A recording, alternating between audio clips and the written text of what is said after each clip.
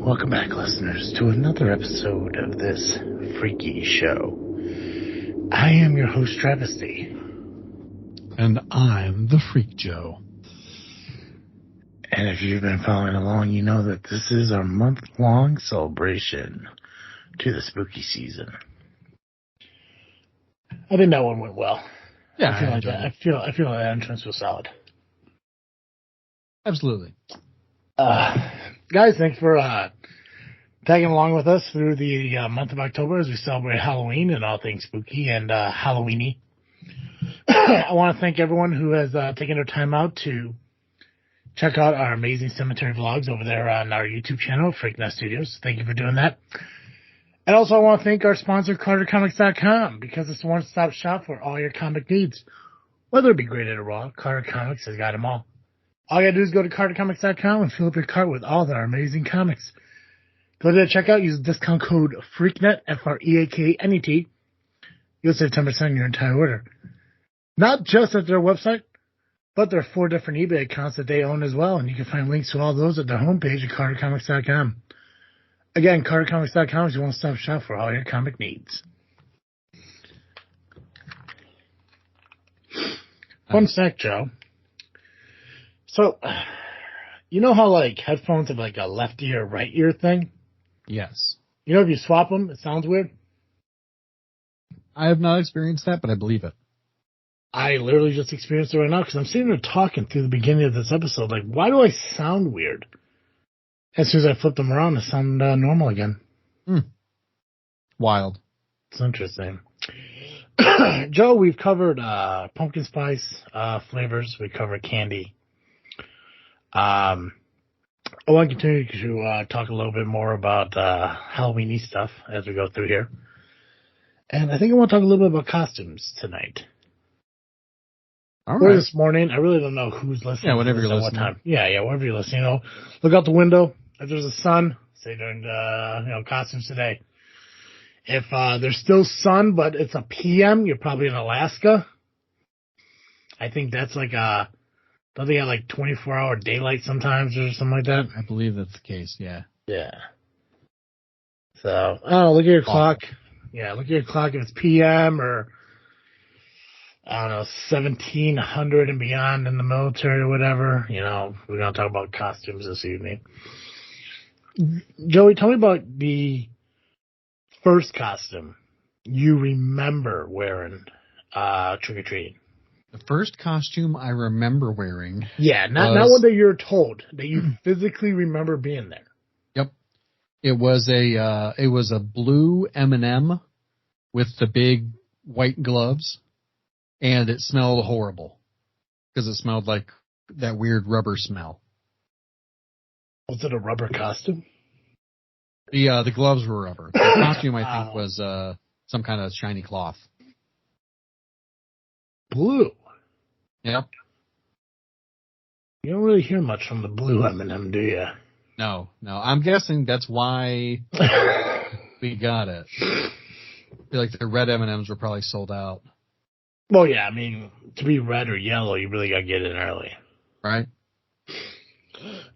My first costume I remember wearing, and there's three costumes I do remember, and I can't remember which one came first. I want to say, if I had to break it down, so the 3 costumes I remember is Wolverine, the yellow comic book outfit, Nice, outstanding. RoboCop, or Power Ranger. I want to say it was maybe the White Ranger. Nice. Those are the 3 I remember, and for the life of me, I can't really narrow down which one was the first one, but I want to say Wolverine was. I think Wolverine had to have been, because I think I also remember, like, I wore, because, I mean, obviously, for those of you who, watch, the animated Wolverines or read the comics, if you haven't, you can pick up a Wolverine comic at CarterComics.com. Do it now. It's the yellow suit with the spiked helmet, and it came with claws and stuff like that. But what it also came with was a foam chest insert with pecs and abs. Yeah. And I do remember getting that costume early, like a week early. And I remember for some reason in my mind thinking, if I wore this to school, people will think that I'm strong. In my mind, I wasn't thinking like, because I think it was like first grade, like people are going to think I'm sexy. I didn't think that way. I'm just like, I'm going to look like I'm like, I'm strong. I got muscles and stuff. And no, I just looked like a fatter kid with foam. I think Wolverine was my first costume. But it was one of the cooler ones. The claws were a little bit kind of dorky-ish. They weren't like, they didn't look long and pointy and kind of cool. They're kind of like, they looked like plastic gray popsicle sticks. Nice. So they're a little bit corny, but I do remember wearing that. I've never gotten to a point because obviously we've talked about a lot of times on this show, like we grew up with divorced parents. Yeah. So there wasn't like a unlimited financial supply for us and stuff like that, Yeah, But I was definitely a mummy one year, and I literally just I wore jeans and a white T-shirt, and then just wrapped toilet paper around myself. Well, that was going to be my next question. I don't think I've ever had a moment where I know there were times where I never had a new costume. I think there was always hand-me-down costumes and stuff like that. We got them I think we got them from church. What the hell are those things called? Closet, like Plato's Closet, or no, nothing like that. It's people would donate drives. Thank you. Yeah, people would donate them to churches and stuff like that, and the churches would donate them to single moms with kids who want costumes and stuff. So I know there were costumes where I had makeup done, but I don't think I was ever a homemade ghost or something like that. Gotcha. But what was used when? So I'm guessing you brought the mummy as in there was a homemade costume then. Oh yeah. What was used as far as that costume? I'm pretty sure I just wore a long sleeved white T-shirt with jeans, and I'm pretty sure I just wrapped toilet paper around my hands and my face and my torso. I can't remember if it went all the way down to my legs or not, but it was just very basic. Mm-hmm. Yeah, that was it. Yeah, because I think the Wolverine, because I'm trying to remember again, I remember these costumes, but I never really remember opening up a plastic bag container that it would have come in. Yeah. I think a lot of those costumes we may actually still have up in the attic in my mom's house, but nice. I remember she came home one day, and this was a little bit later in life. I want to say I may have been 13 or 14 by this time, where she came home with a garbage bag full of costumes from, I forgot who the hell gave it to her, and there was a clown costume, and I know there was a Polaroid picture of me somewhere in that clown costume for some godforsaken reason. I remember one year, which I think everyone was the Scream Killer at one point in their life for Halloween. Oh, surely. I know I had that costume. Yeah, I can't remember if it was at Halloween or after Halloween. I had the one that had the tube attached to the heart that allowed you to squeeze. Yeah, you can pump it over your face. Yeah. Same. Yeah, and then you got Oh wait, I don't remember if I had that or if I played with it at your guys' house because it was just around. Yeah, well, we definitely never. Which I guess realistically think about, maybe we should have given the costumes away again after we were done wearing them, but I think we just kept them. Yeah. Then we just dibsed it. I'm not sure. I should really go up in that attic one day and see if they're in there, because I think out of everyone I don't know, maybe Carl's the exception. As far as I know, I think I was the only person that's been in and out of that attic in the last 10 years. And I think the last time I was up in that attic, I was able to be up in that attic without worrying about falling through that fucking attic because Travis got bigger over the years. Mm-hmm. But I know, like, when I moved out of the house to the apartment, there was stuff up in that attic I had to get out. So the last time I was in that attic was probably maybe when I moved into my house in 2015. So I'm guessing that I'm pretty confident there's either a tote or a garbage bag of Halloween costumes still up there. There's gotta be. Yeah, surely. I really want to see what's up there though. Cause like I said, I remember a lot of the costumes. I know there was a year that, I was a giant pumpkin. And when I mean giant pumpkin, I was 21 years old, dressed as a pumpkin because I had a 19-year-old sister and a 21-year-old, no, I was 22 because I had a 21-year-old girlfriend and a 20-year-old sister who for some reason felt that it was okay for them to go trick-or-treating. So, what about, when was the last time you wore a costume?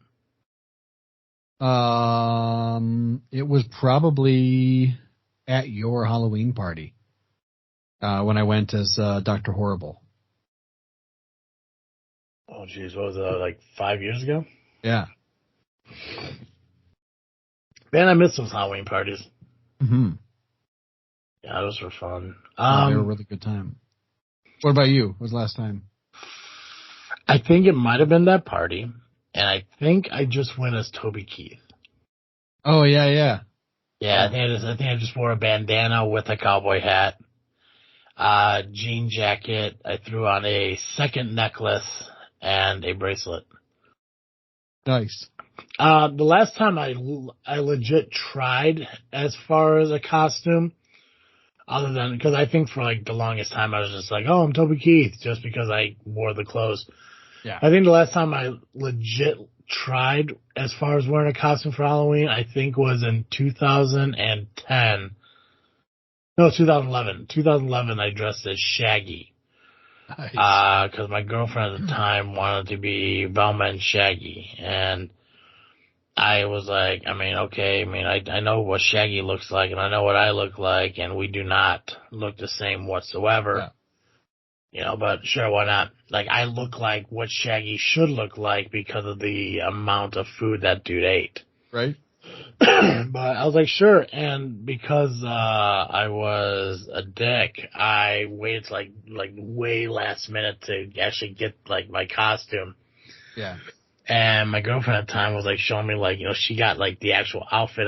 Like, it wasn't like a Velma costume. It was clothes that Velma would wear. Like the orange shirt and the skirt and all this other stuff. And I was like, oh crap, I gotta get an outfit together. So I went to like, I think it was like a Salvation Army. And somebody's asking like, well, what are you looking for? I'm like, I need brown pants. I need brown pants that fit me. Yeah. You know, just something like that. Because I know if I didn't at least try, I would ruin her evening, and she loved Halloween just as much as I did. Yeah. But I ordered on Amazon like a 7XL shirt because I was like, okay, I know he wears a long green shirt that's like, you know, a long baggy shirt, brown shoes or brown pants, like black shoes or whatever that is, and she has like a little goatee thing. Right. So I shaved my beard down to a goatee. I was able to find the jeans and everything, and I think we went to a party at 2nd Street, which was a great fucking time. I miss doing shit like that. Same. You know, it just sucks because, like, no one's ever really available anymore because, you know, people either have, like, you know, plans of their own with, like, kids and family and stuff like that, or just, like, a commute is just, you know, just, you get to a certain point, it's like, man, if I have to, you know, if I go now and I gotta get through traffic and, you know, half the time I don't go to wrestling shows just like, Jesus, you know, yeah, it's 45 minutes there, but, you know, it's also 45 minutes home. Yep. Yeah. Yeah. Yeah. Absolutely. I'm sending you a picture. I found me as the mummy, and that was the year Houston went as a road. A road? Yep. Like a street? Yep. Or wait, was that Houston? Yeah, that's Houston. He looks like Michael in this picture, but pretty sure it's Houston. Gotcha. Yeah. Where you sending it in Skype? I texted it to you. Oh, you texted it to me. Okay, cool. Yeah. I'm sure it'll come through soon. Yeah. But I think the last time I really tried at a costume, probably the challenge is like, did I actually try at that costume, or did I just throw it together because I figured I could make it work with what I had? Well, see, that's why Toby Keith worked for me. Like Right? like somebody said, like, oh, we're going to a Halloween party. I'm like, cool, let's go. It's like, we gotta wear something. It's like, what the fuck do I gotta wear? And so I just ran upstairs. I'm like, what do I got? I'm like, okay, I'm already wearing one necklace, but I got a second necklace that's a little bit longer. It has an eagle on it. Okay, cool. I'll throw that on there. Okay, well, it's like, I got a cowboy hat, but I can also wear a bandana too, because I know, cowboys do that. It's like, I'll be Toby Keith. Fuck it. I think it was one year I didn't feel like wearing a cowboy hat, so I just wore the same exact shit, but instead of a bandana and a cowboy hat, I just wore a beanie cap, and I just said I was Zach Brown. Nice. I was like, it was just interchangeable based on the hat. I think one day I left the bandana off and only wore a cowboy hat, and I went as Colt Ford. Nice. So, but yeah, no, that's been my costume for years. Just like, oh, who are you? Like, country singer, pick one. I don't know, Zach Brown, Colt Ford. Yeah. One day I'll just doodle on myself and I'll be Jelly Roll. I don't give a, right. Yeah. Yeah, but when was the last time you really tried on one? Like, not something where like, oh, I can make it work because it's in my closet, but like legitimately, like, I need to get something together. I mean, it's got to be like college, right? I don't even think I did that in college, to be honest with you. There wasn't a lot of trick-or-treating around college. Maddie did. Maddie did like a wife and mother-in-law outfit where she like did really nice makeup on one side and then like crow's feet and old people wrinkles on the other. Oh, so she played both. Yeah, yeah. Dude, that's commitment, bro. Yeah. Holy hell. But that was it was when our dorm was doing trick-or-treating, and it wasn't as good an event as it should have been. Mm-hmm. And so I think she was kind of like, man, I put a lot of effort into that for no one to see it, so I'm not sure I want to do it again. I always feel bad for situations like that too. Like, you get invited to like a party like that and you like dress up and then when you get to you realize like you're the only one that tried. Yeah. And I only recall wearing a costume maybe twice in high school. Mm-hmm. Once it failed to send, so I'll have to send it again some other way later on. Anyway, one time was at a Halloween party I went to, where I basically wore, I was Dr. Horrible. I just wore the same thing that I wore to your house. Only I was in high school.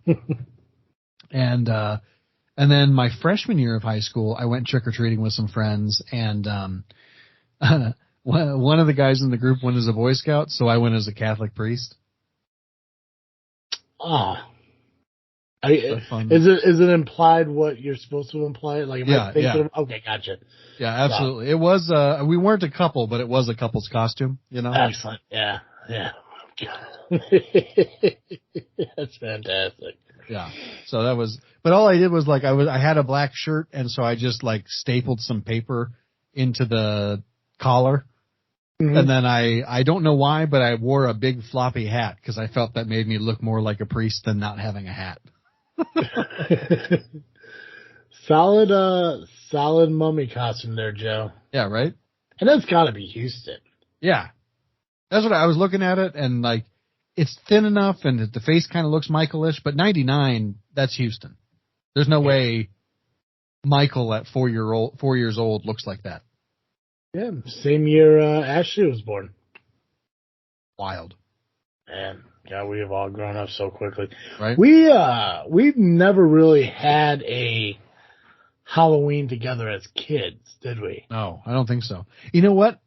On the left-hand side there, I think that's Michael. That black or maybe shadow? It's my mom. Yeah, the shadow with the hands. Those are like really big hands for a 4-year-old, so maybe that's my mom. You know what? I'm not gonna lie. All I saw was a shadow, and I thought those hands and what I see as part of a face to be I thought it was just leaves and shit. I also thought it was leaves until I looked closer. That could be Michael. I think that could be Michael. Yeah, it could be. He does have disproportionately large hands. Well, he's a freak. Yeah. Yeah. So I don't think we ever did have Halloween together as a. I think.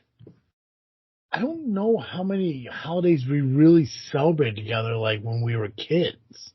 Christmas, Easter, and Thanksgiving. Those were the three. Well, not Thanksgiving. Well, I guess it would technically be Thanksgiving, but not on Thanksgiving because I always had Thanksgiving at my dad's. Right. So it'd always be like maybe like that following weekend or some shit. Yeah.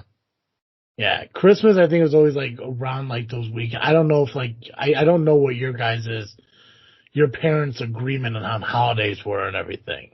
I don't think that what they agreed to legally mattered.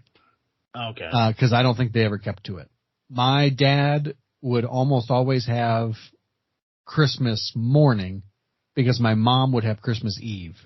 Because we had, her family would get together Christmas Eve, and that was the big thing for her family. And then Christmas morning at Grandma and Grandpa's in Oak Forest was always the big deal on my dad's side. Yeah. Christmas at you know what? That makes that helps me out a lot because I know we had a handful of Christmases at Grandma D and Grandpa Wayne's house. Yeah. That I do remember. Okay. That clicks in my head. New Year's Eve too. I know we celebrated some New Year's Eves together either at Mom and Carl's house or Grandma D and Papa Wayne's house. So Easter is the big one that sticks out of my head. Christmas does now because I remember that we did them at Grandma D's house. Yeah. Thanksgiving was like either like a week later, but yeah, it was never do I recall any Halloweens until like we're, cause I guess we may have missed a boat, but like, you know, like we were right there at that trick-or-treating age where we could have like, you know, gone out and, cause I think me and Colin and maybe Derek, we all went trick-or-treating, I think, until we were about 8th grade, I think. So, yeah. I do remember my 8th grade costume. That was the last time I think I actually put real effort into a Halloween costume. What was it? My other stepbrother on my mom's side, Blake, and I, we were like mutant Siamese twins. So we did a bunch of like white face makeup to make ourselves even paler, and we like spray dyed our hair pink, and then we glued the sides of our legs together in our pants. Our pants were glued together. And then we basically walked like a 3-legged race all night. Solid. That's commitment. Yeah. I think my last trick-or-treating costume was, probably Terminator because I had a fake shotgun and a leather jacket. Nice. Yeah. I know there was one year. No, I think the last year I was, trick-or-treating is when I got, beat up and jumped in an alley. Woof. I think that was my last year. It wasn't a fun year. That one sucked. Yeah, I should say. Yeah, I think I told that story on here. Yeah, I mean, I don't know. I think I was going into 7th grade. 7th grade was my last year I trick-or-treated. No, wait, what the fuck? No, I went trick-or-treating when I was like a sophomore. But it was like a group of friends. I don't think we really trick-or-treated. I think a few people trick-or-treated. I think there was like 3 of my friends. I think it was Jason, Ian, and Michelle. We're still trick-or-treating, but like there was like 3 or 4 others of us were just basically walking around like we were their like fucking parents. Yeah. Just like we are 15, 16 years old. We should be driving somewhere, but instead we're walking around trick-or-treating, like whatever. That was the last time I went trick-or-treating, but I didn't dress up because I wasn't trick-or-treating because at that time I felt like I'm too old for this crap. Yeah. Last time I did trick-or-treating though, like I did get beat up and jumped and shaving creamed in an alley, but that was my own fault for trying to stand up for an ex-girlfriend. So. Yeah. You know, shout out all to you nice guys out there. If your ex-girlfriend gets sprayed with shaving cream by a group of guys, don't be the hero because she dumped you. Mm-hmm. So, on a lighter note, we are about ready for our next freaky tale read by none other than the Freak Show. Nice. Fantastic. So this is another story by Ambrose Bierce. You may have remembered last year we read Actually, I think maybe 2 years in a row we read, I think, The Stranger by Ambrose Bierce. It's possible. I think there was a couple options for Ambrose Bierce. I think we definitely want to keep him as or maybe The Damned option. Thing. That's what it was. I remember The Damned Thing. Maybe. But I do remember Ambrose Bierce because I remember Damn Thing. I do remember. I can't remember who wrote which one, but I do remember both stories. Yeah. But Ambrose, I know, was a pretty good author that we found, and I was really happy that we utilized their stories or his stories. Sorry.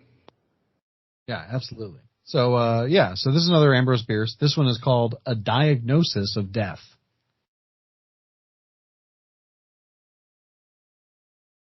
I'm not so superstitious as some of your physicians, men of science as you are pleased to be called, said Hawver, replying to an accusation that had not been made. Some of you, only a few I confess, believe in the immortality of the soul, and in apparitions which you have not the honesty to call ghosts. I go no further than a conviction that the living are sometimes seen where they are not, but have been, where they have lived so long, perhaps so intensely, as to have left their impress on everything about them. I know, indeed, that one's environment may be so affected by one's personality as to yield, long afterward, an image of one's self to the eyes of another. Doubtless, the impressing personality has to be the right kind of personality, as the perceiving eyes have to be the right kind of eyes. Mine, for example. Yes, the right kind of eyes, conveying sensations to the wrong kind of brain, said Dr. Fraley, smiling. Thank you. One likes to have an expectation gratified. That is about the reply that I supposed you would have the civility to make. Pardon me, but you say that you know. That is a good deal to say, don't you think? Perhaps you will not mind the trouble of saying how you learned.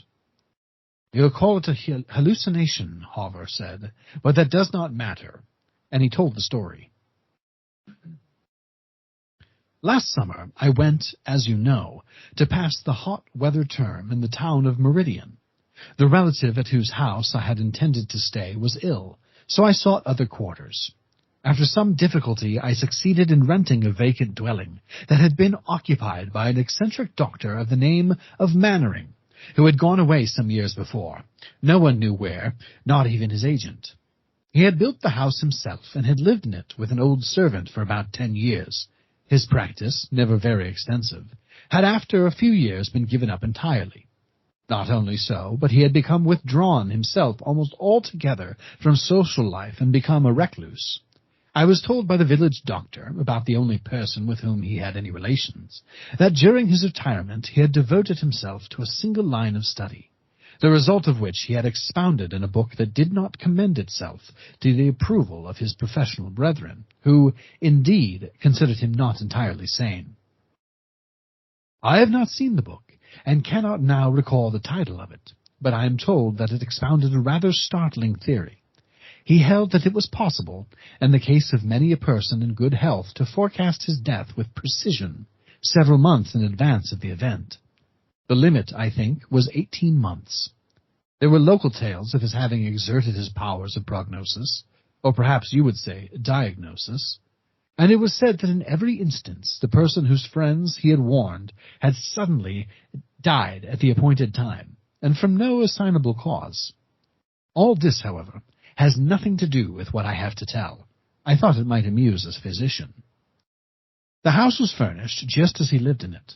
It was a rather gloomy dwelling for one who was neither recluse nor student, and I think it gave something of its character to me, perhaps some of its former occupant's character. For always I felt in a certain melancholy that was not my natural disposition, nor, I think, due to loneliness. I had no servants that slept in the house, but I have always been, as you know, rather fond of my own society, for being much addicted to reading, though little to study. Whatever was the cause, the effect was dejection and a sense of impending evil. This was especially so in Dr. Mannering's study, although that room was the lightest and most airy in the house. The doctor's life-size portrait in oil hung in that room, and seemed completely to dominate it. There was nothing unusual in the picture. The man was evidently rather good-looking, about 50 years old, with iron-gray hair, a smooth-shaven face, and dark, serious eyes. Something in the picture always drew and held my attention. The man's appearance became familiar to me, and rather haunted me. One evening, as I was passing through this room to my bedroom, with a lamp, there is no gas in Meridian, I stopped as usual before the portrait, which seemed in the lamplight to have a new expression, not easily named, but distinctly uncanny.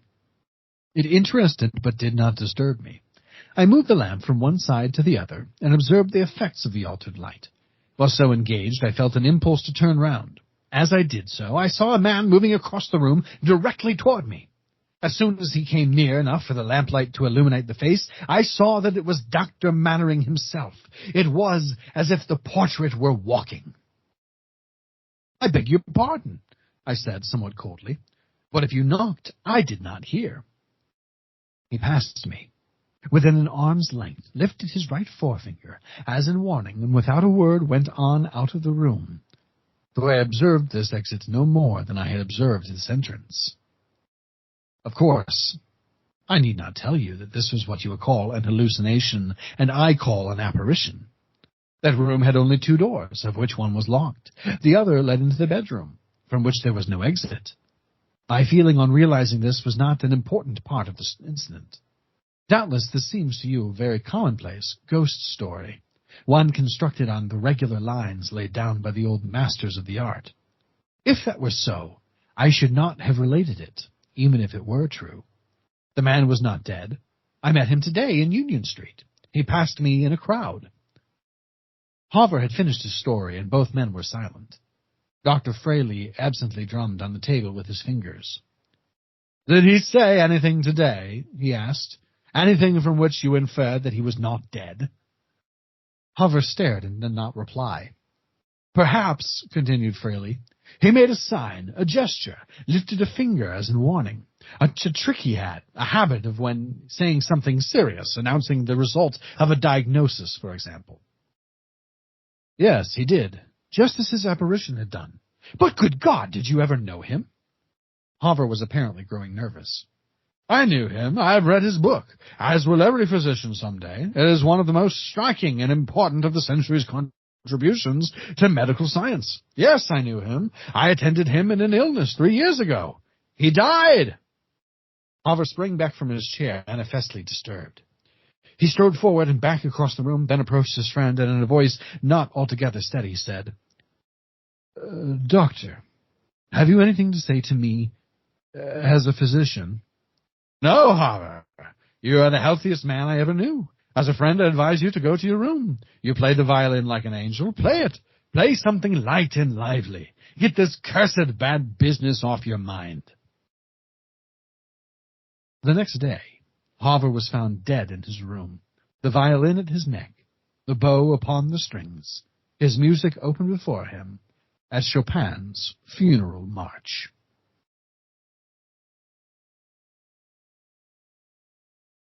The end.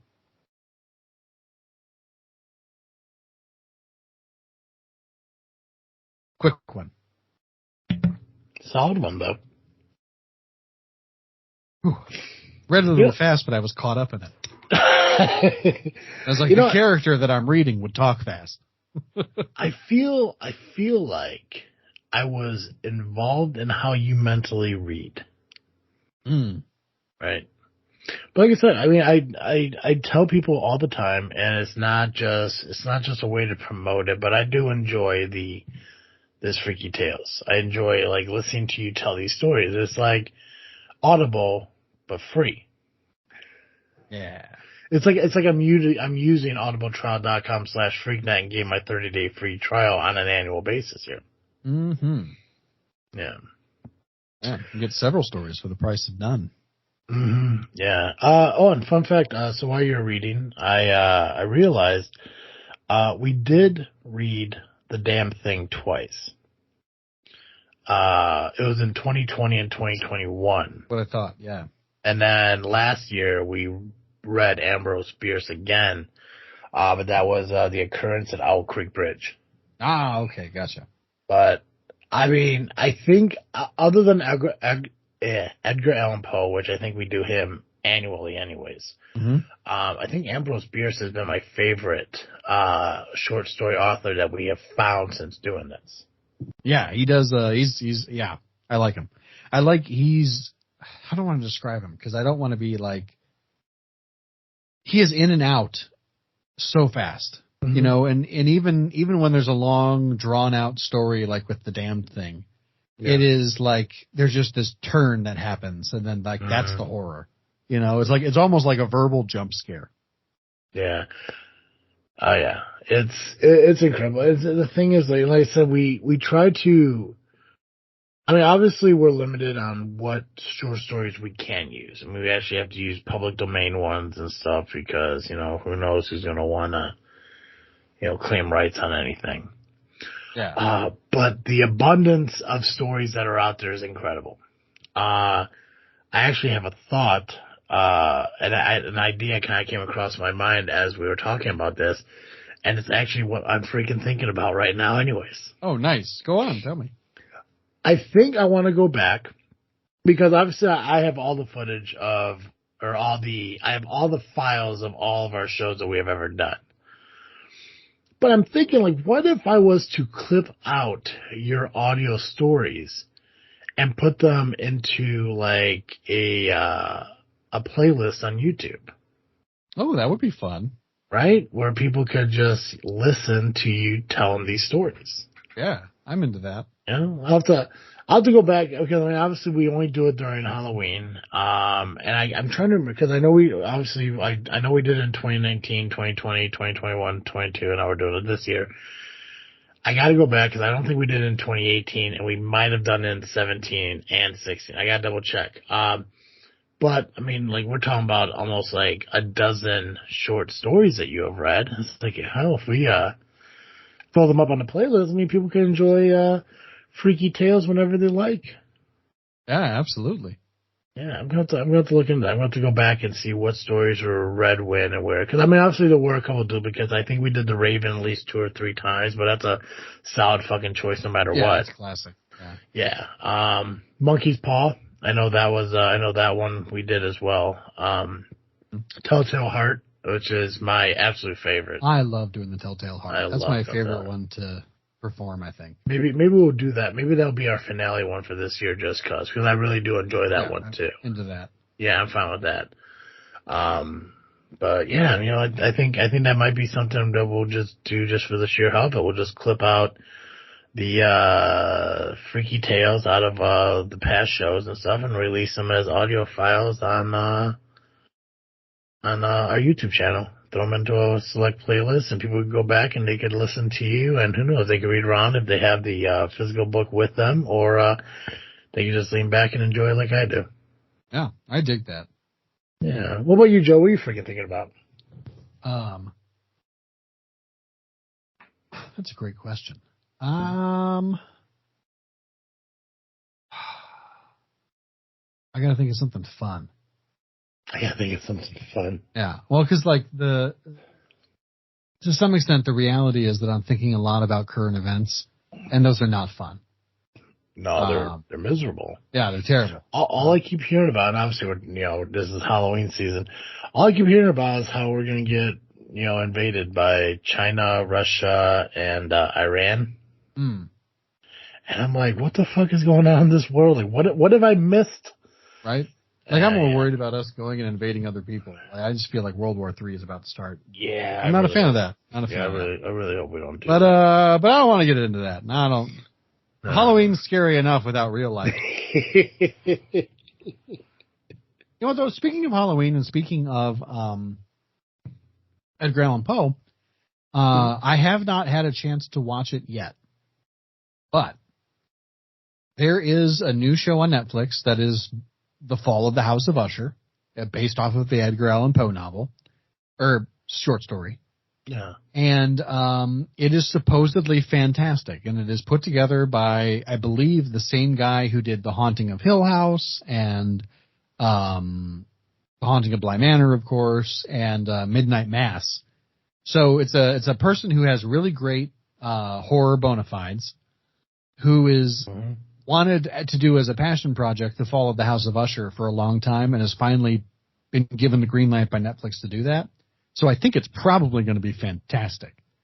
And I actually for Geekcast Live this week, Cartoon Joe has to watch that at least one episode in preparation. So I am pre-freaking thinking about the fall of the House of Usher. Nice. Yeah. There was a thing I've been meaning to tell you about. We just haven't had a chance to get together in a bit, but there was this thing. I can't remember what the hell it was, but I know it's like October 26th or something like that. I can't remember what was sold out, but basically it's like an evening with Edgar Allan Poe. Oh, I saw something about that. Yeah. Let's see. Discover the man behind the mist, from Talking Raven to Telltale Heart. In this special tour of the American Writer Museum, you'll dive into the works of Edgar Allan Poe and learn how his legacy continues to impact the world today. The Edgar Allan Poe themed tours are offered daily at 3 p.m. when the AWM is open. No, this isn't the right one. Where the hell is it? Well, there was one there was one in Alton, Illinois back in June. I was like, I totally missed that one. I was like, where the hell? Which actually encouraged me. Here it is. It is sold out, but it's at the Allerton Park and Recreation Center, which I have no idea where the hell that's at. I did search Edgar Allan Poe, Illinois, so hopefully they're not screwing me over here. Monticello, Illinois. Oh, nice. So I'm not sure how far that was. It was like, if you dare venture to the mansion after dark to hear the haunting tales of Poe and poems of Edgar Allan Poe, then join us for an evening with Poe on Thursday or Friday, October 26th or 27th. Doors will open at 6 p.m. with a cash bar available, with performances from 7 to 9 by actors from the Celebration Company at the Station Theater. Discover the secrets of the mansion in a self-guided tour. Enjoy a drink from the bar and the solarium, and find Poe in a different setting for each chilling table. $25 a person. Register here. So as far as I can tell, it is sold out. Of course it is. Oh, wait, hold on a second. Wait, let me see. This is on the off chance if it's not. But, let's say for shiggles, Friday, October 27th at 7 p.m., $25, 2 hours. That's right, people. I am doing this on the air just for the puck of it. Sold out. Well, Thursday, just for the puck of it. Thursday, ticket. Sold out. Yes. So next year, we're going to try doing this. Nice. I feel it'll be fun. We did miss it this year. But, one thing I want to do, another thing that I've been freaky thinking about is I want to go see more plays. And not like Broadway, but I want to see like low budget, like community theater plays. Yeah. I want to go to a theater where there's not there's not theater seats and stuff. It's just like they had to put basically like a church. Like they just, line up chairs and rows and stuff. Like that's the theater I want to go to. You spend like $12, $15, and watch your neighbors perform a play. Those are the plays I want to do. And I think I'm going to try doing that more next year. Nice. I think that's gonna be a New Year's resolution for me. Like probably not monthly. That's a little bit too much, but maybe like seasonally or quarterly. If I can go see like 4 plays next year, I think it'd be pretty cool. But I want to do like the low budget, like shop local kind of things. Yeah, absolutely. I think I'm going to do that. So I'm going to take 2 freaky thinking things for this episode. 1 is I want to put your stories out onto YouTube, and 2, I want to go see more local community plays and stuff. Nice. Yeah. Joe, have you had a chance to check out our videos on YouTube?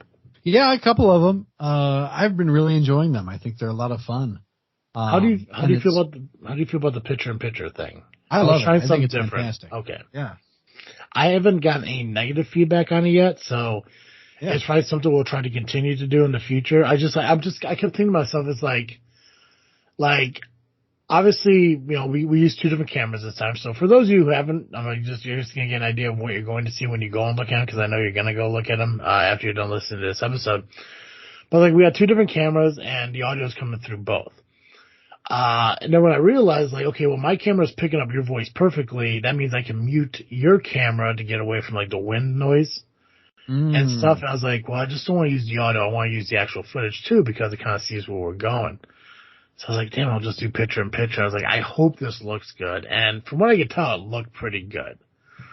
And plus it kind of puts in like that lower left corner and stuff. So it's like out of the way, but all of them I've been very happy with. I think the camera stuff the cameras that we utilize with the gimbals and stuff are a little bit better. There are moments where it happened to you, it happened to me, where like the gimbals didn't agree with us, and we could either blame it on the fact that spirits do mess with mechanical equipment, or we could be honest and say we didn't know what we were doing. Yeah. I like to go with the first one. Yep. I believe that's called the former. Yep. Excellent. God. Oh, I'm learning. But I think, for not being a guy who knows how to edit well, I think they turned out pretty well. And I always want to try keeping the same theme for the intros, as we did for the other series. And I do like the ending added of us driving away from the cemeteries. Oh yeah, absolutely. Yeah, so I'm very happy with them, and obviously Wisconsin was a real cool place to check out. I would love to do a part 2 there, because it is. I mean, obviously we've only done 3, but I think out of 3, Wisconsin has been my favorite.